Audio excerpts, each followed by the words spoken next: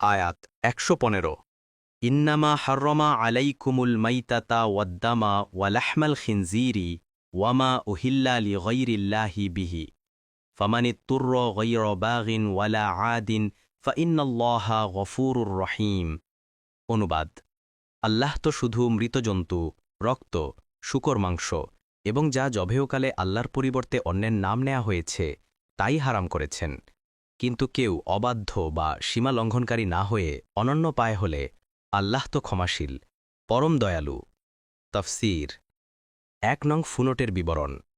এ আয়াতে ব্যবহৃত ইন্নামা শব্দ থেকে বোঝা যায় যে হারাম বস্তু আয়াতে উল্লেখিত ৪টিই।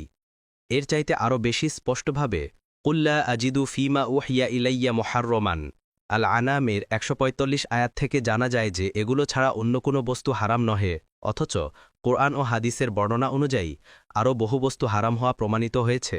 এ সংশয়ের জবাব আলোচ্য আয়াতসমূহের বর্ণনাভঙ্গি চিন্তা করলেই খুঁজে পাওয়া যায়।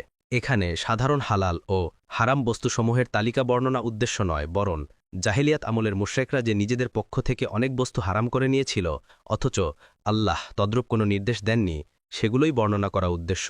অর্থাৎ তাদের হারামকৃত বস্তুসমূহের মধ্যে আল্লাহর কাছে শুধু এগুলোই হারাম, অথবা আয়াতে যেগুলো হারাম করা হয়েছে তারপরও রাসূলুল্লাহ সাল্লাল্লাহু আলাইহি ওয়াসাল্লাম তার হাদিসে বেশ কিছু জিনিস হারাম করেছেন, সেগুলো এর সাথে যুক্ত হবে। কুরতুবী সূরা আল আনামের ১৪৫ নং আয়াতের ব্যাখ্যায়